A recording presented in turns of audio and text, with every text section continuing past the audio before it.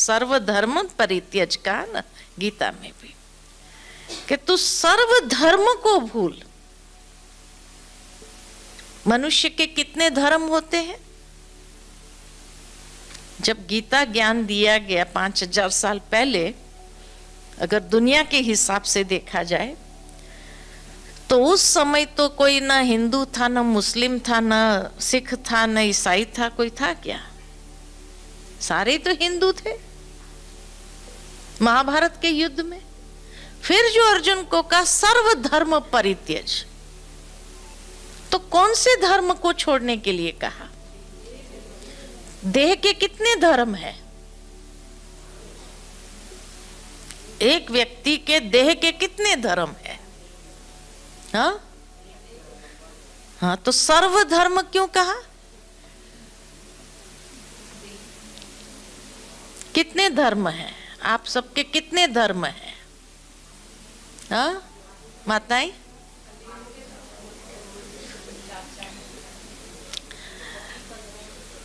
ऐसा है कि जैसे बाबा की कुछ दिनों पहले की एक मुरली याद आती है मुझे, साकार मुरली, जिसमें बाबा ने कहा कि एक होता है गृहस्थ धर्म, एक होता है गृहस्थ आश्रम। सतयुग त्रेता में गृहस्थ आश्रम है, वहां गृहस्थ धर्म नहीं है। लेकिन द्वापर के बाद गृहस्थ धर्म शुरू होता है ना? तो गृहस्थ धर्म है। और कौन सा धर्म है? और देह के कौन से धर्म है जिसको सबको छोड़ना है? गृहस्थ धर्म, फिर पति धर्म, पत्नी धर्म, इसलिए धर्म पत्नी कहा जाता है। कहते हैं ना धर्म पत्नी है, धर्म पति है। तो पत्नी धर्म, पति धर्म, पुत्र धर्म, पिता धर्म, कितने धर्म हुए? है कि नहीं ये सारे धर्म? और इसीलिए कई बार कई गृहस्थ, भाई हमको पहला तो पति धर्म देखना पड़ेगा। तो पति धर्म अगर हुआ तो परमात्मा के प्रति धर्म जो है वो साइड में हो गया ना, वो सेकंड नंबर हो गया। पहला पति धर्म है, पहला गृहस्थ धर्म है। तो परमात्मा के प्रति हमारा जो धर्म है वो तो सेकंड नंबर हो गया। इसीलिए भगवान ने गीता में भी अर्जुन को कहा सर्वधर्म परित्यज। ये सर्व धर्म जो है तेरे, जो तुझे आकर्षित कर रहे हैं, अभी तेरा एक ही धर्म है ईश्वर के प्रति। और इसीलिए का सर्व धर्म परित्यज माम एकम शरणम व्रज, सिर्फ मेरी शरण में आ जा और कुछ भी नहीं सोचो। तो बाबा भी हम बच्चों को रोज क्या कहते हैं? बच्चे मन मना भव। जो ये सारे धर्म बना के रखे हैं जिसके कारण तुम उलझा हुआ है, इन सब धर्मों को क्या करो? बुद्धि से छोड़ो, भूलो। हाँ, कर्तव्य जहां है वो कर्तव्य निभाओ, कर्म निभाओ, संबंध निभाओ, लेकिन धर्म तुम्हारा किसके तरफ हो? बाबा के प्रति हो। और जब इस तरह से बाबा की शरण में आते हैं हम, बाकी सब धर्म को छोड़ करके, तो हम संबंधों को भी सहजता से निभाने की क्षमता रखेंगे। सहजता हो जाएगी, उसको निभाने में भी कठिनाई महसूस नहीं होगी। इसीलिए कहा सर्व धर्म परित्यज। ये जो सारे रिश्ते हैं और उस रिश्तों के प्रति जो तुम्हारी समझता है कि भाई ये पहला होना चाहिए मेरा, ये मेरा पहला धर्म है, नहीं, बाबा कहे पहला धर्म तुम्हारा ईश्वर के प्रति। मम्मा ने कल की मम्मा की वाणी सुनी, उसमें कहा एक होती है श्रीमत, गुरुमत, परमत, मनमत, हाँ, शास्त्र मत, ये सारी मतें हैं ना, अगर इनको पहला धर्म समझा तो भटक जाएंगे। इसीलिए श्रीमत एक ही है हमारे लिए, और उस श्रीमत की ही पटरी पर हमें अपनी गाड़ी को चलाते रहना है। जब इस तरह से सर्व संबंध इसीलिए बाबा के साथ हमारे जुड़ जाएंगे, तो बाबा के साथ सर्व संबंध जुड़ने से क्या होगा कि हमारा सर्व धर्म बाबा के साथ हो गया, तो स्वीट साइलेंस का अनुभव करना बहुत सहज है। दुनिया में कोई दो व्यक्ति, जैसे बाबा कई बार मिसाल देते आशुक माशुक का, कि ये दो व्यक्ति भी भले साथ में थोड़ी पलों के लिए भी मिल जाए, कुछ बातचीत भी न करे, लेकिन एक साथ होने का भी सुकून का अनुभव करते हैं। ठीक इसी तरह कभी कभी बाबा के साथ जाकर बैठ जाओ, और जब बैठ जाते हैं तो अशरीरी होकर के बैठते हैं परमधाम में।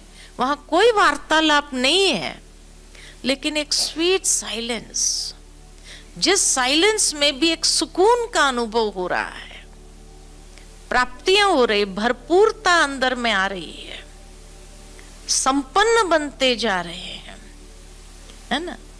और वो बाबा का सानिध्य कहो, साथ कहो, वही हमें हर प्रकार की बाहरी बातों से सेफ रखते हैं।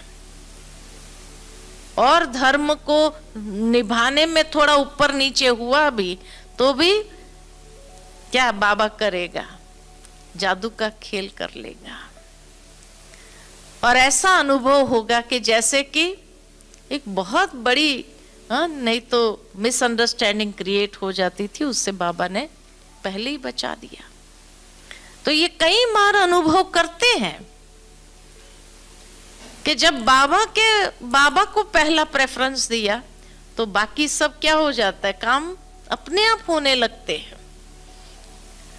कभी कभी आप भूल गए होते हैं, वो काम भी बाबा पूरा कर देता है। मुझे याद आता है दादी का एक इंसिडेंट कि एक बार दादी जी, प्रकाशमणि दादी जी कहीं जा रहे थे, तो उस समय जब गाड़ी यहाँ से चली और महसाणा के पहले पहले गाड़ी खराब हो गई, दूसरी गाड़ी साथ में थी नहीं, एक ही दादी जी की गाड़ी चल रही थी, और गाड़ी एकदम खराब हो गई, चले ही नहीं। फ्लाइट पकड़ना था दादी को, तो दादी ने कहा कि महसाणा तक अगर हम पहुंच जाए तो वहां से तो कोई भी, और उस समय यज्ञ में कोई इतनी गाड़ियां नहीं होती थी, सेंटरों पर भी गाड़ियां नहीं होती थी। तो हाईवे पर जब खराब हुई गाड़ी, किसी को हाथ किया, भाई महसाणा तक पहुंचा दो आप, फिर वहां से आगे हमारी फ्लाइट है वो पकड़ लेनी है। तो कोई थे बाहर के लोग, तो उन्होंने कहा ठीक है हम जानते हैं और पहुंचा देते हैं। तो दादी जी को, मोहिनी दीदी को, सबको पहुंचा दिया। 2-3 जने थे तो 3 जनों को पहुंचा दिया महसाणा सेंटर पर। अब सेंटर पर कोई गाड़ी नहीं थी उस समय, और दादी को फ्लाइट पकड़नी है। 2 भाई क्लास में आते थे जिनके पास गाड़ी थी, तो बहन जी ने उन दोनों को फोन किया। पहले भाई को फोन किया, कहा मैं तो आउट ऑफ स्टेशन हूं, मैं यहाँ हूं ही नहीं।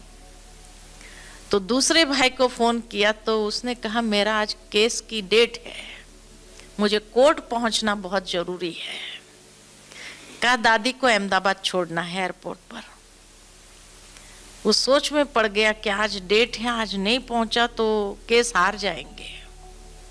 लेकिन फिर भी उसने सोचा कि नहीं, दादी को पहुंचा देते, केस का देखा जाएगा। हार गए तो हार गए, बहुत बड़ा नुकसान होना था उनको अगर हार गए तो। फिर भी उन्होंने कहा नहीं, और कोई ये नहीं है, और आगे दादी की सेवा है, कितनी आत्माएं बेचारी वंचित हो जाएगी। तो उसने कहा कि ठीक है बहन जी, मैं छोड़ के आता हूँ। उसने अपने छोटे भाई को बुलाया और कहा तू कोर्ट में पहुंच जा। अब छोटे भाई को मालूम ही नहीं केस क्या चीज का है। कहा कुछ पूछेंगे तो मैं क्या जवाब दूं। कहा कुछ भी मालूम नहीं, कोई बात नहीं, तू खड़ा हो जा हमारे तरफ से बस, है ना, फिर देखेंगे जो भी हो गया। वो जा करके कोर्ट में खड़ा हो गया और ये भाई चला गया छोड़ने के लिए, क्योंकि उसको गाड़ी तो आती नहीं थी जो उसको कहे जा तू दादी को छोड़ के आ, ये भी नहीं, छोटा था।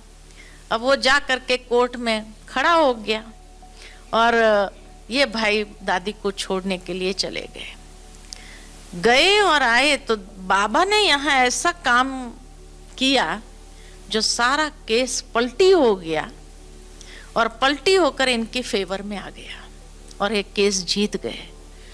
न हाजिर रहने पर भी केस जीत गए, तो क्या कहेंगे? यही कहते हैं ना बाबा ने किया, लेकिन कैसे किया बाबा ने? कैसे किया? सर्व धर्म परित्यज, एक बाबा की शरण में आए, तब बाबा ने काम किया। हम क्या करते हैं? नहीं नहीं, ये तो पहला होना चाहिए, नहीं तो बहुत नुकसान हो जाएगा, ये नहीं हुआ तो पहला धर्म कौन सा हुआ? फिर देह का धर्म हुआ ना। जो देह का धर्म करेंगे तो फिर उसको रिजल्ट क्या मिलेगी?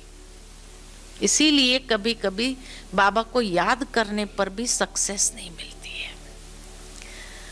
तो मेरे जीवन में पहला प्रेफरेंस बाबा है या और धर्म की बातें हैं, है ना।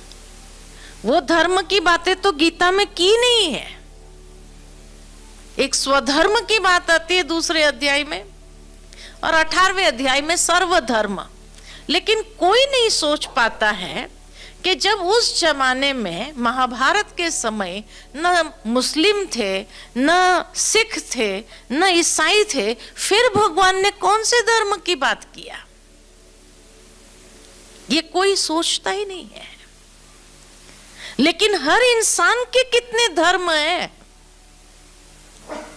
जिसके प्रति वो प्रतिबद्ध है, कमिटेड है।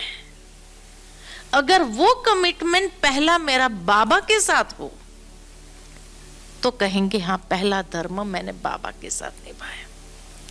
तो बाकी के धर्म को बाबा संभाल लेता है। बाकी के सारी प्रतिबद्धता है, जो कमिटमेंट्स हैं हमारे अलग अलग संबंधों के प्रति, वो कमिटमेंट्स बाबा संभालता है। मैंने अगर बाबा के प्रति की कमिटमेंट संभाली तो, है ना। नहीं तो नहीं, वो मेरी पहला धर्म है, वो पहला निभाना पड़ेगा। फिर बाबा को भी याद कर रहे हैं, बाबा तू मदद करना, बाबा तू मदद करना। क्या होगा? मदद मिलेगी, सफलता मिलेगी। इसीलिए गीता में सफलता का सूत्र बताया, सर्वधर्म परित्यज मामेकम शरणम व्रज। तब सफलता सहजता से अनुभव होगी और ये स्वीट साइलेंस का जो सुकून मिलता है वो तभी मिलेगा। लेकिन उसका मतलब ये भी नहीं है कि लाइफ में इम्बैलेंस करें, है ना। कर्म जो है और परमार्थ दोनों का बैलेंस लेकर के चलना है। व्यवहार और परमार्थ दोनों का बैलेंस लेकर चलना है। बैलेंस जीवन में बहुत जरूरी है। ये धर्मों को भी निभाने में बैलेंस बहुत जरूरी है। सर्व संबंध हमारे बाबा के साथ हो, लेकिन दुनिया के साथ के जो संबंध निभाने का जो बैलेंस है वो भी हमें मेंटेन करते हुए चलना है। ये नहीं कि नहीं अभी छोड़ दो इन सबको, नहीं, छोड़ना भी नहीं है। लेकिन इसीलिए हमेशा मिसाल दिया जाता है, एक तो कमल का पुष्प, दूसरा गुलाब का पुष्प। पहला क्या बनना है? गुलाब के पुष्प और कमल के पुष्प में क्या अंतर है?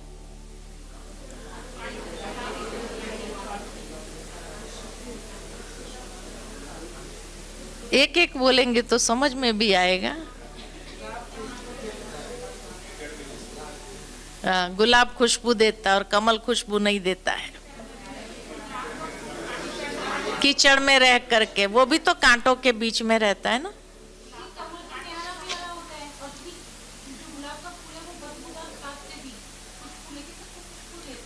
हाँ, तो वो भी तो नीचे इतना गंदा पानी है ना। कमल के फूल के लिए भी तो गंदा पानी नहीं कहेंगे। हाँ, वही खुशबू नहीं है, ये बात ठीक है, लेकिन पहला क्या बनना है, कमल या गुलाब?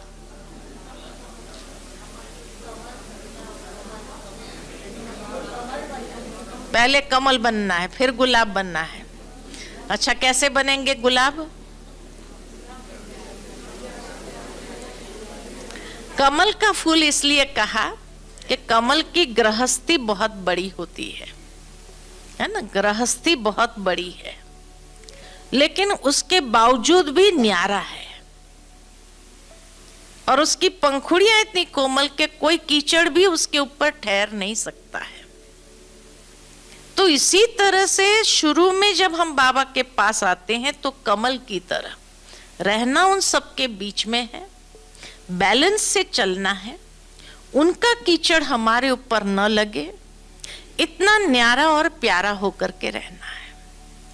लेकिन कमल के साथ साथ फिर पुरुषार्थ है हमारा गुलाब बनने का। गुलाब जो है ना, वो भले जैसे कहा कि खाद से वो खुशबू देता है, कांटों के बीच में रहता है, लेकिन एक गुलाब जब संपूर्ण खिल जाता है, खिलने के बाद उसकी पंखुड़ियां झड़ जाती है, वो पंखुड़ियां भी छोड़ देता है। कमल पंखुड़ियां छोड़ता नहीं है, वो न्यारा प्यारा जरूर है, अपनी पंखुड़ियों पर किसी का कीचड़ लगने नहीं देता है ना, तुरंत नीचे हो जाता है। लेकिन एक गुलाब जब संपूर्ण खिल जाता है तो सारी पंखुड़ियां झड़ जाती है। सर्वधर्म परित्यज्य, सब कुछ छोड़ करके बीच का बुर अशरीरी हो जाता है। गुलाब जो है अशरीरी हो जाता है, कमल अशरीरी नहीं होता है। तो पहले कमल होते हैं, हम कमल बनते हैं, और कमल के बाद हमारा पुरुषार्थ है गुलाब बनने का, जो एकदम ऐसे न्यारे हो जाए कि धीरे धीरे धीरे धीरे सारी रिस्पॉन्सिबिलिटी को भी हमने निभा करके क्या किया, उसको भी पूरा कर दिया, संपन्न कर दिया, किसी को नाराज भी नहीं किया, संपूर्ण खिला हुआ भी रहे, अपनी खुशबू भी फैलाई अपने, लेकिन संपूर्ण खिल करके सारी पत्तियों को झड़ करके बीच का जो बुर रह गया, मना अशरीरी हो गया, समझा? तो अशरीरी बन जाना है ऐसे। तो ये स्वीट साइलेंस है। उसके बाद है डीप साइलेंस। और डीप साइलेंस किसको कहेंगे? तो डीप साइलेंस का मतलब है जैसे गहराई में समा जाना, खो जाना, बाहर की दुनिया से एकदम अपने आप मन और बुद्धि को ले जाना है विदेही स्थिति में। अब यहां एक बात ये भी समझनी है, विदेही और अशरीरी में क्या अंतर है? विदेही और अशरीरी में क्या अंतर है? है कोई अंतर कि खाली शब्दों का ही अलग फर्क है? क्या कहेंगे? हाँ? विदेही और अशरीरी दोनों एक ही है, अलग है? क्या अलग है? देह के भान से मुक्त अशरीरी, और विदेही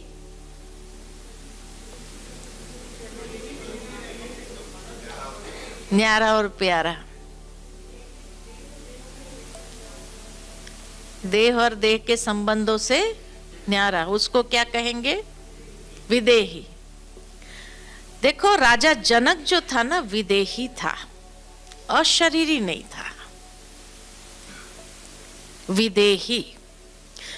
इसीलिए बाबा कई बार कहते हैं विदेही बनना है तुम्हें, राजा जनक की तरह एक सेकंड में विदेही स्थिति में स्थित हो जाना। कहा जाता है, रामायण के अंदर ये बात आती है कि जब सीता जी जंगल में जा रही थी, वनवास मिला, तो उस वक्त उसके मायके से मैसेज आया सीता जी के लिए, और मैसेज में उसके पिता ने उसको यही कहा कि तुम वन में जा रही हो 14 साल के लिए, तो विदेही बनकर रहना। और विदेही बनकर के रही वो, इसलिए रावण उसको स्पर्श नहीं कर सका। ये कहा जाता है रामायण में कि वो विदेही बनकर रही, इसलिए रावण स्पर्श नहीं कर सका उसको।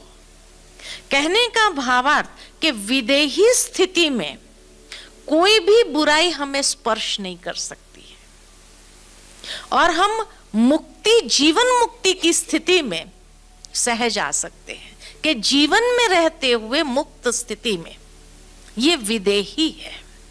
और ये विदेही स्थिति के लिए प्रतिदिन, भट्टी में आप आए हो, प्रतिदिन आपको एक सुबह सुबह स्वमान दिया जाता है। किस लिए? विदेही बनने के लिए, विदेही बनने के लिए ही स्वमान दिया जाता है। बाबा ने पिछले इसी सीजन की जो पिछली मुरली चली, सीजन की, इस सीजन की पिछली मुरली चली, उसमें बाबा ने कहा, बाबा ने स्वमान की माला दी है। कहा ना, स्वमान की माला दी है। रोज अलग अलग स्वमान को धारण करो। तो विदेही बनना माना स्वमान का स्वरूप होना, और स्वमान के स्वरूप होकर के उसकी गहराई में जाना। जो कहा ना, डीप साइलेंस, ऐसा स्वरूप बनकर के उसकी गहराई में समा जाए और उसका वास्तविक अनुभव करते जाए, उसको कहा विदेही। जो कहा उसके कहा जाता है ना, राजा जनक के लिए ये कहानी आती है कि एक सन्यासी ने कहा, भाई मैंने सब कुछ छोड़ दिया, उसके बाद भी मैं न्यारा नहीं हो सका, डिटैच नहीं हो सका। आप ये सारे भौतिकता के बीच में रह करके कैसे उससे विदेही कहलाते हो अपने आप को? तो क्या कहा, कहानी तो सबको मालूम है ना, कि भाई तुम महल देख करके आओ, दीपक पर ध्यान देना, बुझ न जाए, हवा की वही दिशा है। तो जब सारा महल देख करके आया वो, और उसको पूछा, अच्छा महल देख लिया? तो कहा देख लिया। कैसा रहा? लगा बहुत अच्छा लगा। तो ध्यान कहाँ था? बोला ध्यान तो दीपक पर था, कि दीपक बुझ नहीं जाना चाहिए। ठीक इसी तरह राजा जनक ने कहा, मेरा ध्यान भी किस पर रहता है? कल की बाबा की जो मुरली सुनी, परसों की अव्यक्त जो मुरली सीजन की, उसमें बाबा ने क्या कहा? मस्तक पर चमकती हुई ज्योति नजर आए। ये है विदेही स्थिति, ये है विदेह। तो वो कब होगा? जब हमें स्वमान का स्वरूप बनने का अभ्यास होगा। ये स्वमान कोई जपने के लिए थोड़ी दिया है कि रोज सुबह मुझे स्वमान अगर मैं एक ले लूं तो बस उसका सारा दिन जाप करती रहूं। जाप नहीं करना है, लेकिन उसका स्वरूप बनना है। जैसे शुरू शुरू में दादियां सुनाती थी कि भाई बाबा जब हम बच्चों को तपस्या 14 साल की कराई, तो उसमें भी बाबा ने स्वमान दिया था। और स्वमान क्या देता था बाबा? मैं चतुर्भुज हूं।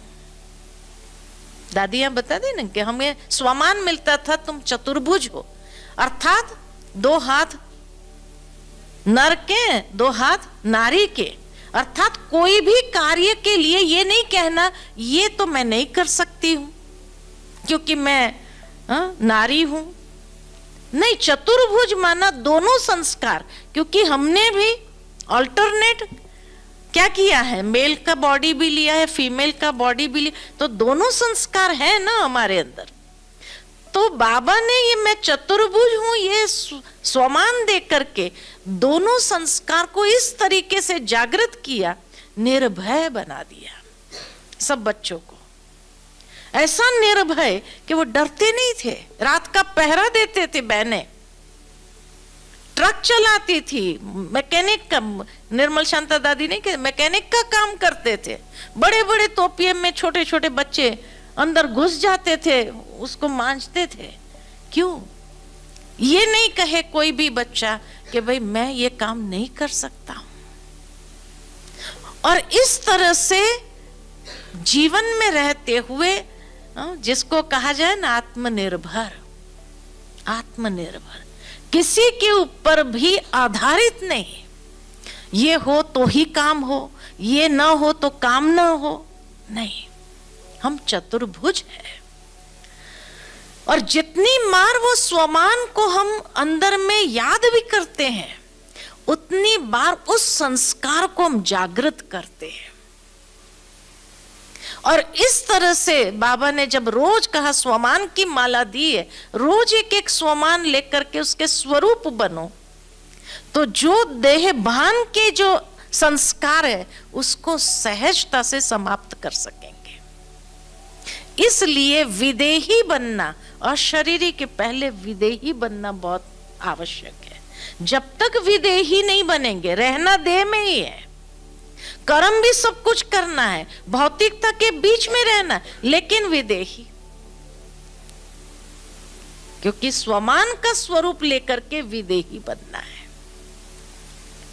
देही अभिमानी और विदेही में ये अंतर है कि देही अभिमानी आत्मा के 7 गुणों की ऊर्जा को कर्म में लाना, और विदेही माना कोई ना कोई श्रेष्ठ स्वमान की ऊर्जा को व्यवहारिक रूप में ले आना, जीवन में ले आना उसको, और उस रीति से जीवन मुक्त स्थिति, किसी के ऊपर भी हम आधारित न हो, इसके बिना काम नहीं चलेगा, इसके बिना, सबके बिना चल सकता है। आज वो व्यक्ति है, कल शरीर छूट गया तो कोरोना में कितना हुआ, कितने बच्चे माँ बाप के बिना हो गए, क्या उनका काम नहीं चला? कि चल रहा है कि नहीं चल रहा है? चल रहा है। भावार्थ ये कि बाबा हम बच्चों को सबसे न्यारा कर देता है और सबका प्यारा भी। तो जितना न्यारा रहेंगे उतना प्यारा। तो श्रेष्ठ स्वमान की माला प्रतिदिन एक एक स्वमान को लेकर के उसका अनुभव करना और उसका स्वरूप बनना, और उसी के आधार पर विदेही बनकर के कार्य करना। कोई कर्म रुकना भी नहीं चाहिए।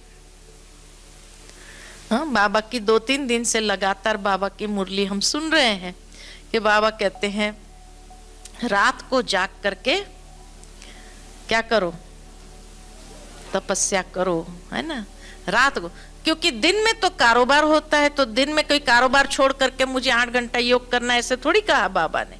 बाबा ने खुद भी ऐसा नहीं किया, दिन में सारे कर्म करते रहे बाबा भी, लेकिन वो स्वमान के स्वरूप में विदेही। इसीलिए तो दादियां सुनाती है कि बाबा के पास जाते थे बातें सुनाने, हम भूल जाते थे क्या सुनाने आए। ये बाबा को सुनाते थे, लगता था बाबा पता नहीं सुन नहीं रहा है। फिर जब पूछते थे बाबा एसेंस बता देता था, हाँ ये बात थी तुम्हारी, हाँ, तो हमको लगा बाबा ने तो सुना ही नहीं। बाबा ने सारी बात सुनने के बाद भी जैसे लगता था बाबा डिटैच है, क्योंकि बाबा अपने श्रेष्ठ स्वमान में थे, तो वो बातों का प्रभाव मन के ऊपर नहीं था, और इसीलिए जीवन मुक्त स्थिति में थे, जीवन मुक्त स्थिति में अनुभव करते थे।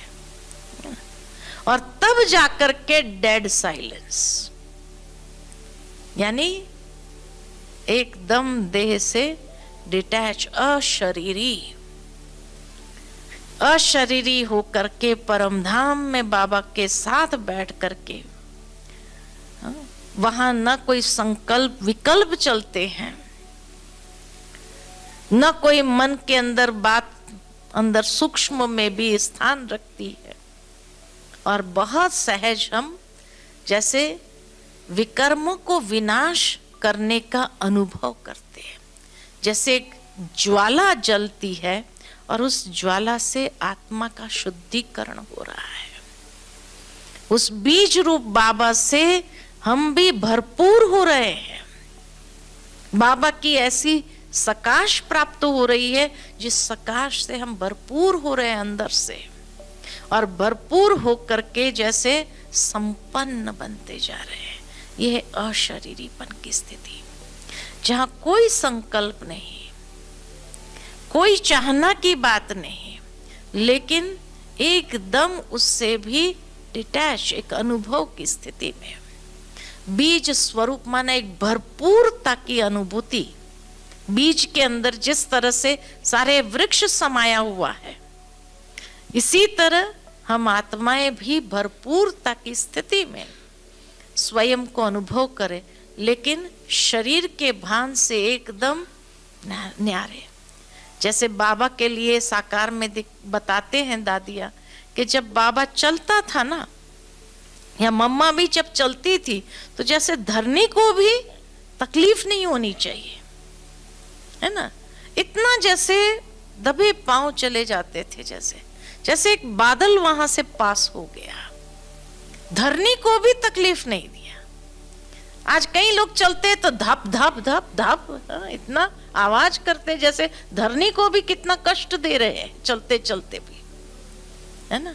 नहीं, न्यारा एकदम हल्का होकर के।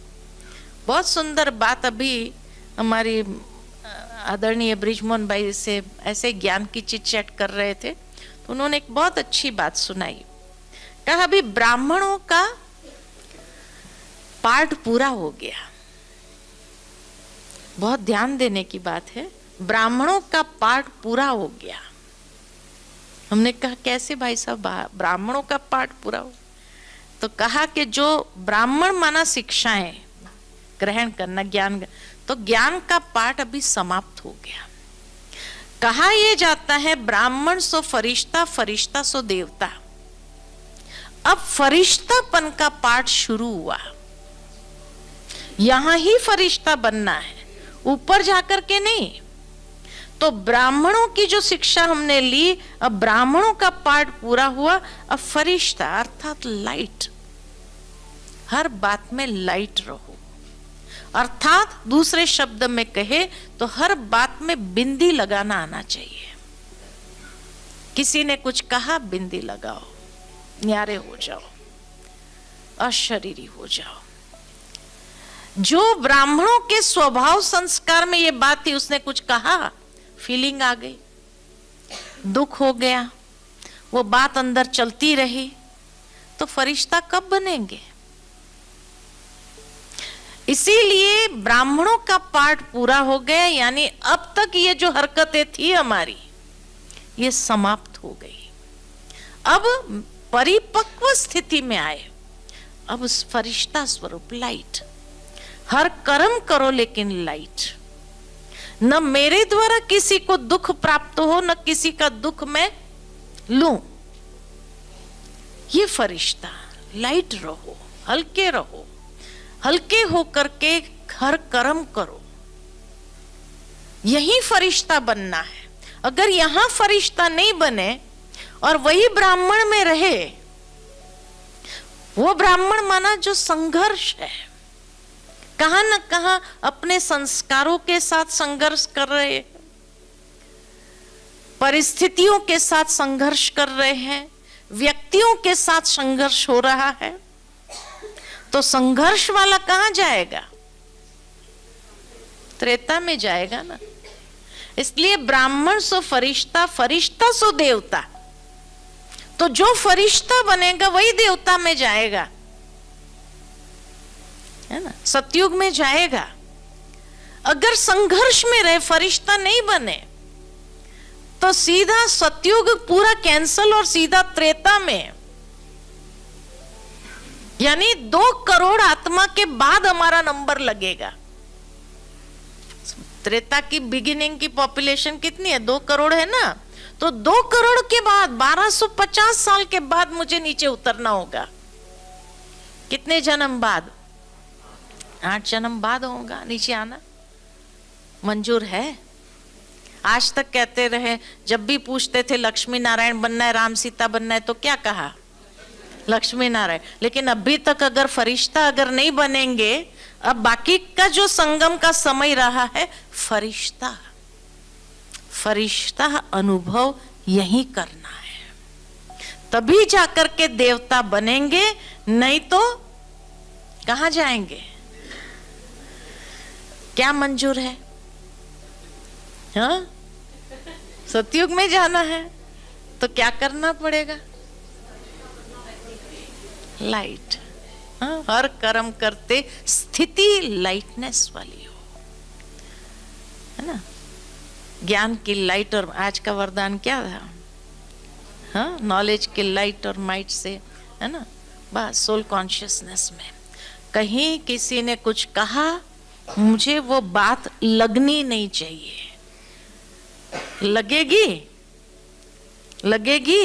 अगर लगेगी तो कहाँ जाएंगे? अब समझ लेना अपना। बाबा कहते हैं ना, जैसे जैसे समय नजदीक, तो अपना कहाँ जाना है वो पता चलता जाएगा कि मैं कहाँ जाने वाली हूँ।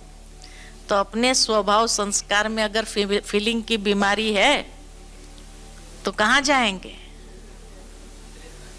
हाँ, तो इसलिए अभी कहाँ जाना है? सतयुग में तो फीलिंग को छोड़ना पड़ेगा ना। हाँ, उसने मुझे ये नहीं कहा, मान नहीं दिया, शान नहीं दिया, ये सब अभी क्या करना पड़ेगा? छोड़ना पड़ेगा, तब सतयुग में जा सकेंगे, नहीं तो नहीं जा सकेंगे। इसलिए अपना फाइनल कर लो कि मुझे कहाँ जाना है। हाँ, और उस हिसाब से अपने संस्कारों के साथ खेल करो, ठीक है ना। अच्छा, ओम शांति।